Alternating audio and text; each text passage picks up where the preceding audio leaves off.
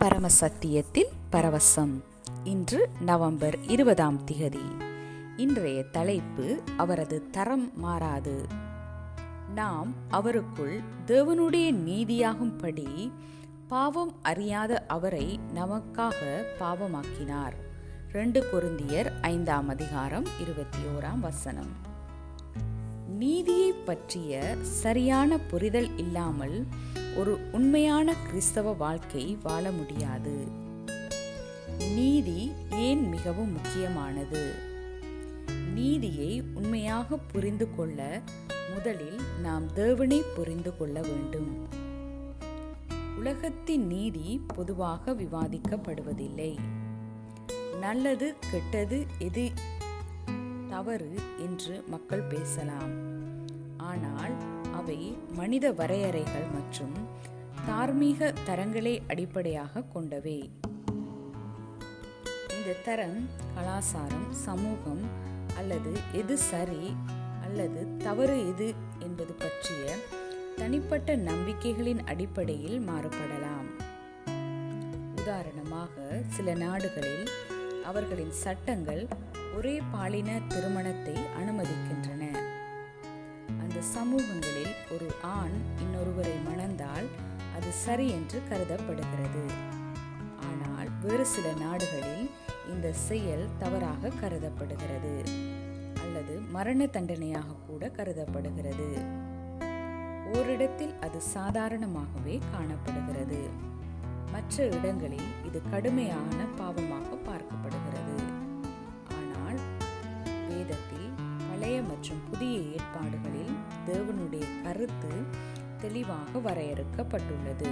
லேவியராகமம் 18:22, ரோமர் 1:26-27. தேவனுடைய நீதியின் கருத்து வேறுபட்டது.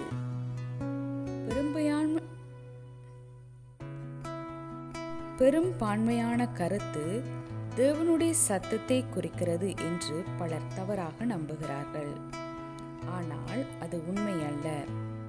பெரும்பான்மையினருக்கு அது சரியா தவறா என்பது பொருத்தமற்றது.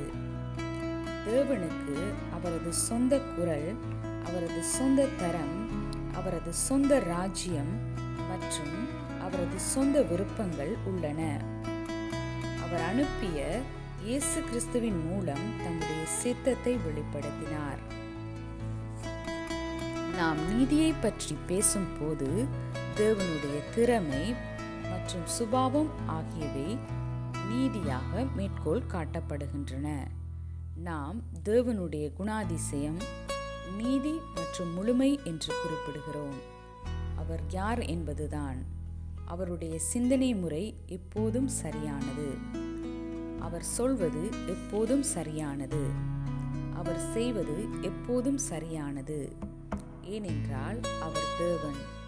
எனவே தேவனை பற்றிய அனைத்தும், அவரது எண்ணங்கள், அவருடைய வார்த்தைகள், அவருடைய செயல்கள் எப்போதும் சரியானவை.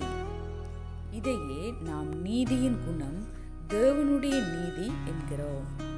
எனவே நீதியை புரிந்து கொள்வது தேவன் யார் என்பதை புரிந்து கொள்வதாகும். அவரது தரம் மாறாது மற்றும் மனித கருத்துக்கள் அல்லது சமூக விதிமுறைகளுக்கு உட்பட்டவை அல்ல என்பதை அங்கீகரிப்பதாகும். ஜெபிப்போம். நீதியுள்ள பிதாவே, உமது மாறாத நியமங்களோடு என் எண்ணங்களையும் வார்த்தைகளையும் செயல்களையும் சீரமைக்கின்றேன். இந்த வஞ்சக மற்றும் பொல்லாத உலகில் நான் ஒரு ஒளியைப் போல பிரகாசிக்கிறேன். உமது நீதியால் நான் ஆசீர்வதிக்கப்பட்டேன்.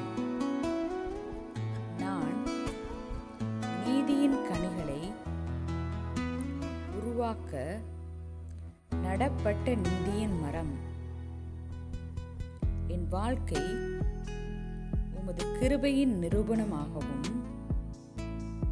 உமது நற்குணத்தின் சாட்சியாகவும் இருக்கிறது. இயேசுவின் நாமத்தில்